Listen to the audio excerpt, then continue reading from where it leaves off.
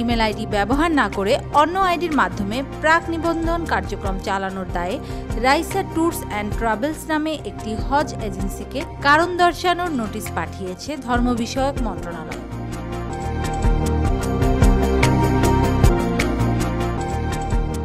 নোটিশে বলা হয়, রাইসা ট্যুরস অ্যান্ড ট্রাভেলস 2024 এর যোগ্য এজেন্সির তালিকায় অন্তর্ভুক্ত ছিল, কিন্তু এবার হজ যাত্রীর প্রাক নিবন্ধন বা নিবন্ধন করে হজ কার্যক্রমে অংশগ্রহণ করেনি তারা।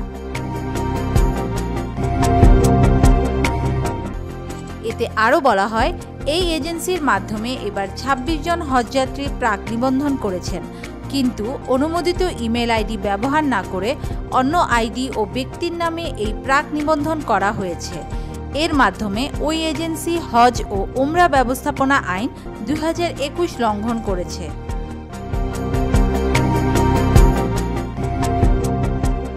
সে কারণে রাইসা ট্যুরস অ্যান্ড ট্রাভেলসের বিরুদ্ধে কেন প্রশাসনিক ব্যবস্থা গ্রহণ করা হবে না, এর জবাব 5 কার্যদিবসের মধ্যে হজ অনুবিভাগে দাখিলের নির্দেশনা দেওয়া হয়েছে কারণ দর্শানোর নোটিশে। Desk news, media express.